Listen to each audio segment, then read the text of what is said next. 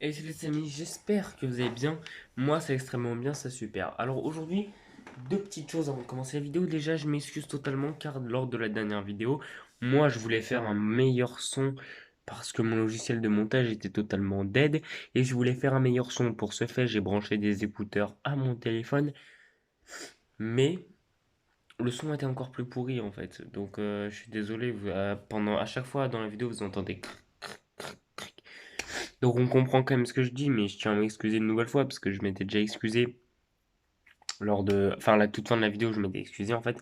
Et là, je tiens encore à m'excuser. Deuxième chose, je me suis défoncé le coude. Ouais, bon là, vous voyez pas très bien, mais en vrai, on voit totalement ma chair en fait. Vous voyez pas très bien, mais là, c'est normal. C'est dégueulasse en réalité. Vous voyez pas très bien à l'écran, mais en réalité, c'est dégueulasse. Bon, qu'est-ce qui s'est passé? Parce que là, vous voyez du sang partout, vous savez même pas ce qui s'est passé. Ce qui s'est passé, c'est que moi, je fais comme Yanis d'ailleurs, pour ceux qui connaissent Yanis YouTube. D'ailleurs, on peut au passage aller vous abonner à sa chaîne YouTube, c'est mon meilleur ami, donc allez vous abonner à sa chaîne YouTube. Et en fait, comme lui, je fais du vélo en forêt. Du vélo dans la forêt, qui est beaucoup plus dur que du vélo sur la route ou même à plat. Et en fait, j'ai totalement dérapé alors que je faisais un virage assez serré dans une chicane entre deux arbres. J'étais dans du sable gravier un peu chelou. Ma roue a totalement dérapé. Je me suis gamellé, mon coude a frotté contre un vieil arbre là, et je me suis pété le coude. Donc voilà. Mais bon, rien de plus grave. J'ai aussi sur l'avant-bras un peu de. Pas sur le coude, hein, mais sur l'avant-bras. Bon, vous voyez pas très bien, mais sur l'avant-bras, j'ai. Là, c'est mon coude, là où il y a la blessure. Et sur l'avant-bras, vous voyez un petit peu de rayure, quoi. Même là. Bref, maintenant on s'en fout. J'en ai même sur le genou, vous pouvez voir. Un tout petit peu. Voilà. Voilà, ça pète le coup. Même sur la main, regardez. Je vous montre sur la main, mais j'ai des. Voilà. Bref, c'est pas très grave, c'est pas le principal de la vidéo. Donc cette vidéo c'est avec les power-up de Natsu. J'avais dit dans la précédente vidéo que je la ferais pas tout de suite, mais finalement j'ai envie de la faire, donc je me suis empressé de la réécrire cet après-midi. Elle est enfin prête, elle est juste ici. Donc qu'est-ce qu'on va faire dans cette vidéo? On va parler des différents power-up que Natsu a eu lors de l'histoire de Fairy Tail, et on va intégrer Fairy Tail Summer Squad dedans. Et après on va faire un top 8 des plus puissants power-up. Donc voilà, allez c'est parti. Alors on va parler des power-up chronologiquement et après on fera un rapide top 8 des plus puissants power-up. Voilà. Alors, premier power-up de Natsu, c'est le mode enragé. Alors, le mode enragé, je l'appelle par là, c'est quand il pète un plomb et qu'il s'énerve énormément. Donc, il y a des flammes qui recouvrent son corps de partout et sa puissance est largement élevée. Voilà, il a quand même un gros power-up. Par exemple, Natsu face à Gagil dans le tome 8, par exemple, de Fairy Tail, ou par exemple, Gagil, enfin, quand il affronte Luxus. Voilà, donc face à Gagil, par exemple, enfin, dans la guerre des Phantom Lords, et face à Luxus dans Battle of Fairy Tail. Donc, il active plein de fois hein, ce mode. Hein. Ce mode, c'est un petit peu à chaque fois qu'il est énervé, bam, il l'active. Donc il est très très très fort. Il a une puissance largement décuplée. Et avec ça, bah, c'est clair et net que il est très fort. Il l'active à chaque fois qu'il s'énerve. Il l'active automatiquement. C'est un peu comme l'overdrive de Shiki. Et il l'active automatiquement. Et il défonce beaucoup de monde avec ça. Ouais. Alors, ensuite, on va parler du deuxième power-up que Natsu a eu, c'est donc l'absorption de Ezerion, et donc c'est la Dragon Force. La Dragon Force par Ezerion, je l'appelle comme ça. Alors, la Dragon Force par Ezerion, c'est très très très très très très très très très puissant. Là, on est dans un power-up bien plus élevé. Attendez, excusez-moi 2 secondes. On est dans un power-up bien plus élevé que Natsu mode enragé. Là, c'est un monstre de puissance, mais c'est clair et net. Avec ce niveau-là, il est beaucoup plus puissant que beaucoup de mages, ça, c'est sûr. Ce power-up est monstrueux. Et avec ça, il a détruit nombre de mages. Hein. Il a détruit par exemple... Bah, en fait, il a détruit un seul mage, excusez-moi, il a détruit Gérald. Gérald s'est fait péter la gueule par la Dragon Force Ezerion, fait par Ezerion. La Dragon Force d'Ezerion, je l'appelle comme ça. Donc, voilà. Donc c'est vraiment surpuissant, c'est un niveau monstrueux et malheureusement ce power-up est temporaire donc on l'a vu qu'une seule fois et putain qu'est-ce qu'il est magnifique quoi. Il est trop beau ce power-up. Ouais, je kiffe totalement. Allez, ensuite, troisième power-up de Natsu, donc c'est la Dragon Force argentée. Je l'appelle la Dragon Force argentée, pourquoi? Eh ben c'est face à zéro. Face à zéro, en fait, on a Natsu qui a absorbé l'entièreté de la magie de Zélef, j'allais dire. L'entièreté de la magie de Gérald, et à ce moment-là, c'est juste un monstre de puissance. Il a absorbé l'entièreté de la magie de Gérald, alors d'un Gérald beaucoup moins fort que dans le tome 43, certes, mais il a quand même absorbé l'entièreté de la magie de Gérald. Et il va détruire Zéro. Alors, je dis il va détruire Zéro, je suis un peu médisant. C'est vrai que Zéro va bien se débrouiller quand même. Zéro est à peu près de même force, même si Natsu reste quand même dominant. Alors, avec cette Dragon Force argentée, encore une fois, c'est un power-up temporaire, donc on l'a vu qu'une seule fois, et cette seule fois, c'était face à notre jeune ami, comment ça s'appelle, face à Zéro. Mais il a fait très forte impression. Natsu sous ce mode a fait très forte impression, comme Natsu en mode Dragon Force. Dragon Force en fait, faite par Ezarion. Les deux ont fait vraiment, vraiment. Enfin, le mode enragé, ça fait pas le figure à côté, quoi. Vraiment, c'est incroyable. Les power-ups sont monstrueux, que ce soit quand il absorbe la magie de Gerald ou la magie de Ezarion. Les deux Dragon Force sont monstrueuses, même si je pense que la Dragon Force par Ezarion est plus forte que la Dragon Force faite par Gérald. Enfin, Natsu absorbant Gérald. Alors, quatrième power-up de Natsu, c'est tout simplement le mode Dragon de Feu Foudroyant. Alors là, le mode Dragon de Feu Foudroyant, c'est un peu le même principe que la Dragon Force faite par Gérald. Enfin, la Dragon Force faite par Ezarion et la Dragon Force faite par Gérald. C'est-à-dire qu'en fait, le principe, c'est que Natsu a absorbé la magie de Luxus. À partir de là, il se transforme en Dragon de Feu Foudroyant. Puisque la magie de Luxus, bah, c'est la foudre. Alors, là, contrairement aux deux autres, le mode Dragon de Feu Foudroyant n'est tout simplement pas un power-up temporaire. Il a été utilisé face à Hades, pardon. Donc il a été utilisé face à Hades. Voilà, Hades s'est fait péter la gueule, bien que Hades était quand même plus fort. Parce qu'après, il est revenu d'entre les morts un peu. Il a fait tu m'as quasiment rien fait avec ton attaque de merde. Et Natsu, il était à moitié crevé. Il était en mode j'ai plus de magie, tu vois. Et Hades, il était en pleine forme quasiment. Donc voilà. Mais ça a été utilisé contre Hades et Hades a été dominé un moment. Avant que Natsu s'épuise totalement parce qu'il ne maîtrisait tout simplement pas le mode Dragon de Feu Foudroyant.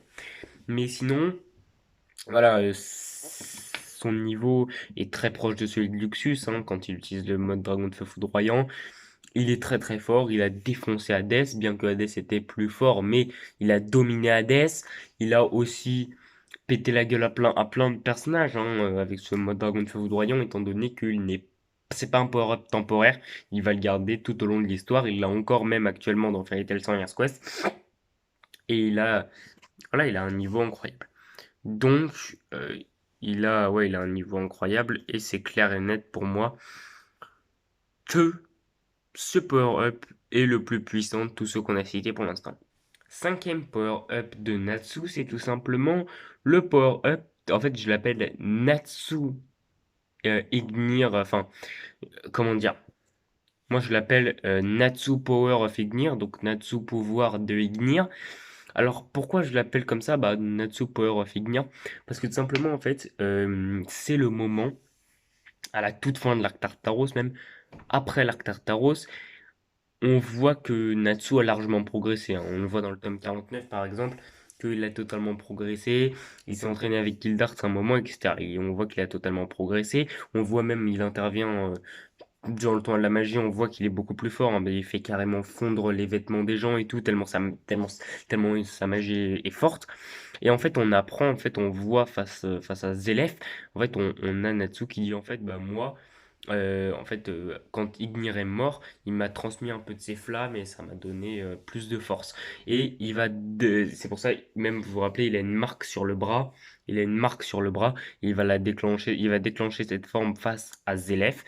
Et sous cette forme, il va acculer Zélef. Alors, Natsu Power of Ignir, c'est clair et net qu'il est plus puissant que Zélef, qu'il est plus rapide que Zélef, voilà, il se déplace plus vite que Zélef, il a plus de force que Zélef, mais Zélef est immortel, donc à chaque fois que tu mets des beignes, il se régénère, et puis voilà, c'est terminé, c'est un peu comme Boo.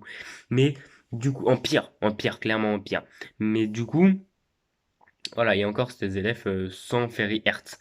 Mais du coup, voilà quoi, on est dans la merde.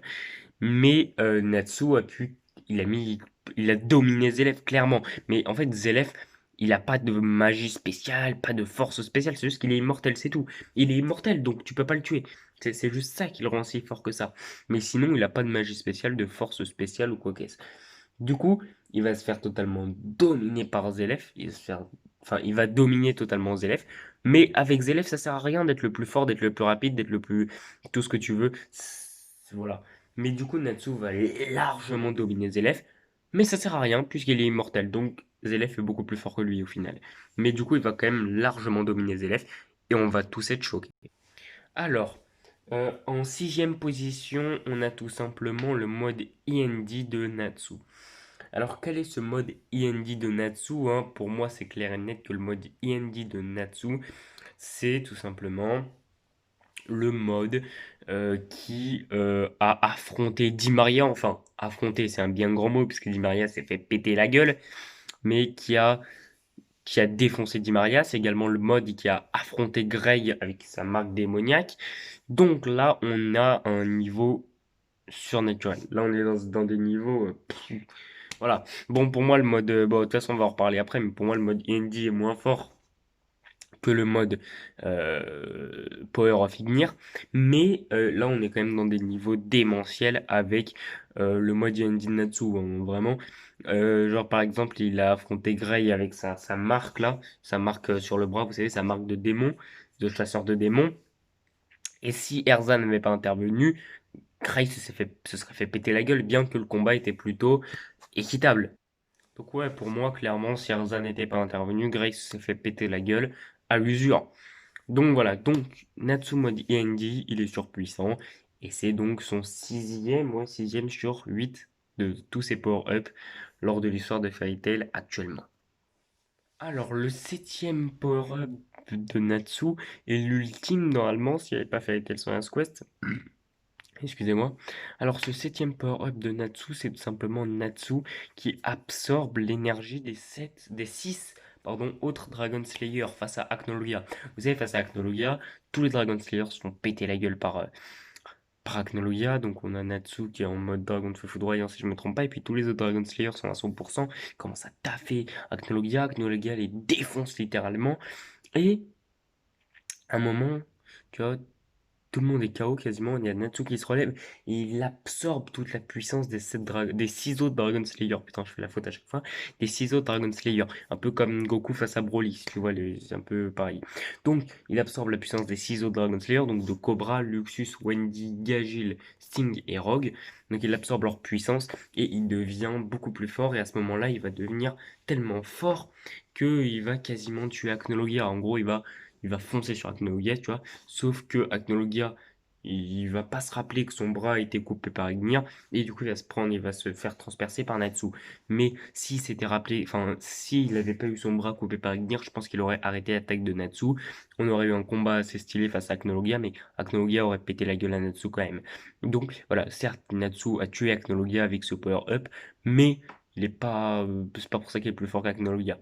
C'est clair et net. Mais Natsu a quand même une puissance démentielle lorsqu'il absorbe la magie des 7 autres Dragon Slayer. Huitième et dernier power-up de Natsu, c'est tout simplement Natsu Power of Ignia, je l'appelle comme ça. C'est Natsu ayant absorbé les flammes de Ignia. Alors à ce niveau-là, Natsu est monstrueux. Alors, juste 2 secondes, certains vont dire que j'ai oublié un power-up là-dedans, c'est Natsu mode dragon de flamme. Enfin, je l'appelle encore une fois Natsu Power of Atlas Flamme. Donc c'est Natsu ayant mangé les flammes d'Atlas Flamme. Alors, on va en parler rapidement, avant de parler de Natsu Power of Ignia. Donc pour ceux qui se rappellent plus trop, c'est dans le chapitre 333 de Fairy Tail. À un moment donné, c'est dans le 333, 332, je sais même plus moi-même. Non, c'est dans le 332, on a Natsu qui mange les flammes de Atlas Flamme. Et après, dans le 333, on voit Natsu qui est clairement en mode, voilà, il pète la gueule à Rogue. En fait, c'est ce Natsu-là, par exemple, que vous voyez juste ici. Bon, encore une fois, j'ai un bug avec mon logiciel de montage, donc je peux pas vous montrer en affichant une image à l'écran. Donc je vous montre à l'ancienne. Mais voilà, c'est ce Natsu-là, là, par exemple, qui a mangé les flammes d'Atlas Flamme et qui est devenu beaucoup plus puissant. Alors, Est-ce qu'il est devenu réellement beaucoup plus puissant? Est-ce qu'on peut considérer ça comme un power-up? Alors, je pense que oui, il est devenu plus puissant, mais on n'a rien qui nous fait remarquer qu'il est devenu plus puissant. On n'a pas de personnes qui disent que Natsu est devenu beaucoup plus puissant suite au fait qu'il ait mangé les flammes d'Atlas Flamme. On n'a pas Natsu qui dit lui-même, putain, quand j'ai mangé les flammes d'Atlas Flamme, je suis devenu beaucoup plus fort. On n'a pas d'indication sur est-ce que Natsu est devenu beaucoup plus fort. Est-ce que c'est réellement un power-up? Eh ben, j'aurais tendance à dire que quand Natsu a mangé les flammes d'Ignia, il est devenu plus fort. Quand Natsu a mangé les flammes d'Ignir, il est devenu plus fort. Donc pourquoi là, ça serait contraire au fait qu'il devienne plus fort en mangeant les flammes d'Atlas Flamme?